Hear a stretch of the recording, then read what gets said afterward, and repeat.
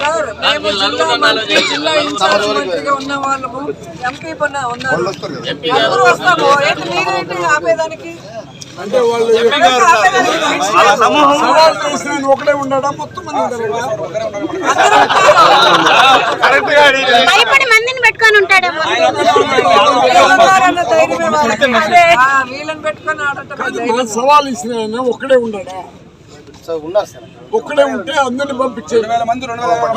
మేము నలుగురు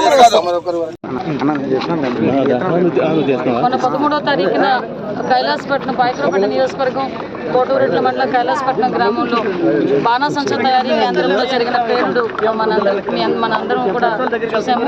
అది చాలా దురదృష్టకర సంఘటన, ఎవరు ఊహించిన సంఘటన. ఆ రోజు ఆ సంఘటన జరిగిన రోజున సుమారుగా 8 మంది ఆ రోజు ప్రాణాలు కోల్పోవటం, అదేవిధంగా ఇంకో 8 మంది హాస్పిటల్ పాలవటం కూడా మనందరినీ కూడా కలిసివేసింది. ఇలా ఇన్సిడెంట్ జరిగిందని తెలియగానే గౌరవ ముఖ్యమంత్రి చంద్రబాబు నాయుడు గారు, గౌరవ డిప్యూటీ సీఎం గారు పవన్ కళ్యాణ్ గారు, అదేవిధంగా గౌరవ నారా లోకేష్ గారు అందరూ కూడా మాకు ఇన్స్ట్రక్షన్ ఇచ్చి ఇమీడియట్గా స్పాట్కి వెళ్ళి ఆ సహాయక కార్యక్రమంలో పాల్గొనమని మాకు ఆదేశాలు జారీ చేయడం అయింది.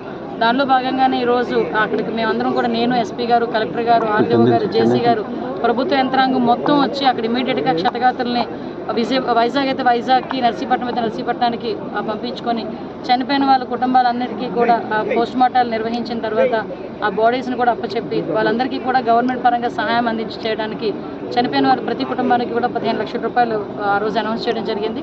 అనౌన్స్ చేసిన దాంట్లో భాగంగానే ఈరోజు మేము అందరం కూడా వచ్చి వాళ్ళ ఇంట్లోకి వెళ్ళి గౌరవంగా ఆ 15 లక్షల రూపాయల చెక్ కూడా ఇవ్వడం జరుగుతుంది. అదేవిధంగా మనకి ఎవరైతే క్షతగాతులు ఉన్నారో, ఎవరైతే హాస్పిటలైజ్డ్ అయి ఉన్నారో వాళ్ళందరికీ కూడా 1 లక్ష రూపాయలు చెక్ కూడా వాళ్ళందరికీ కూడా అందజేయడం జరుగుతుంది. మేడం అందరికీ ఇచ్చారా మేడం? ఏంటండి? మొత్తం 8 ఫ్యామిలీస్ అండి. ఎవరైతే కైలాసపట్నంలో 3 ఉన్నారు, చౌడవాడ రాజపేటలో ఉన్నారండి.